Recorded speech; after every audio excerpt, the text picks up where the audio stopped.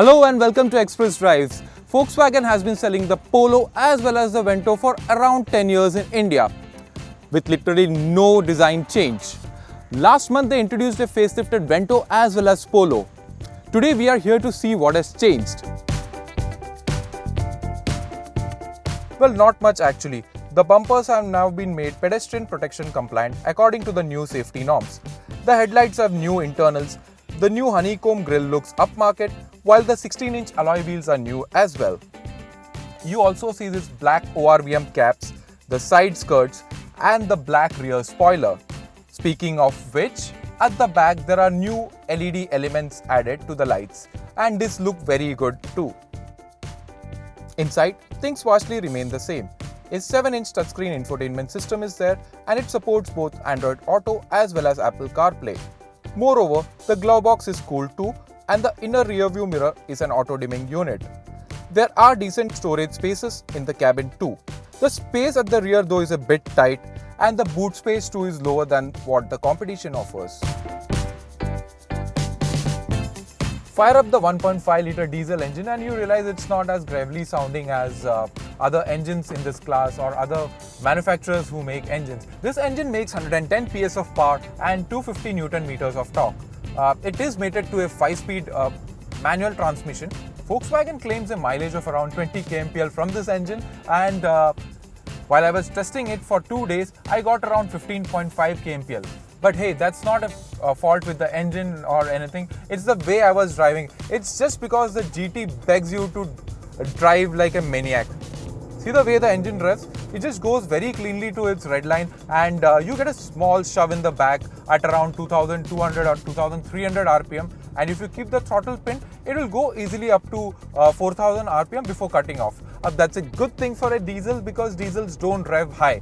In the city, you can use third gear easily if there is sparse traffic. If there is dense traffic, second gear is all you would ever need.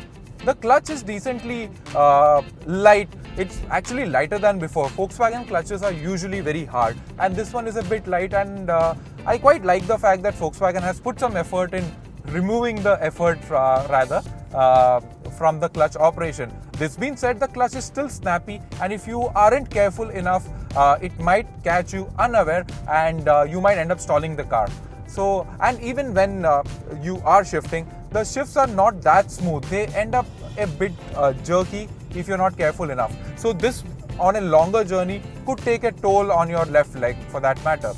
Again, longer journeys remind me that the seat is not that comfortable and it could have been a bit more bolstered for that matter. You wouldn't be that comfortable doing a 200 or 200 plus kilometer journey in a Polo for that matter. The brakes are decently sharp and they shed speed quickly. However, I wish that Volkswagen would have given a rear disc so that this would have helped eliminate the brake fade when you do repeated high-speed runs and you end up braking quite often. This being said, the steering wheel is quite light for that matter. You can park the car very easily, and it doesn't require a lot of effort. Volkswagen has used this to their advantage, and they haven't given a rear view camera in this model. This is a glaring omission, I would say. There are rear parking sensors, but those are government mandated. There are dual airbags as well. These are government mandated, and Volkswagen is one of those manufacturers which has been offering this as standard right from 2014. The Polo is set up a bit on the stiffer side, and if you are driving around in the city, you wouldn't feel much of those bumps because low speed bumps are absorbed very nicely by the Polo. However, the high speed bumps unsettle the car a wee bit, and you feel the bumps coming into the cabin. They're not filtered out as nicely as you would want them to be. The suspension also becomes a bit noisy in the process. However, when you are driving and when you're driving enthusiastically, this is where the Polo rewards you. It just wants to grip the corners like a leech hanging onto something. So that's a very good thing because you trade off that comfort factor for all the handling, and that would plaster a meter-wide grin if you are an enthusiast. Of course, you would be an enthusiast if you're buying a Polo GT TDI for that matter. At Rs 9.91 lakh ex-showroom, the Polo GT TDI may not be value for money considering rivals like the Maruti Suzuki Baleno as well as the Hyundai Elite i20 offer far more for lesser price. There is also 5-year warranty on the diesel models and you also get 3 free services. That is a better deal, I would say. However, age is catching up with this hatchback at the moment, and we hear that Volkswagen is planning a new model based on a low-cost platform specifically for emerging markets like India. That is something that we would look forward to in 2020. For now, you get a hot hatch experience with a diesel engine, and that's a good deal, I would suggest. Subscribe and click the bell icon for the latest updates from Express Drives.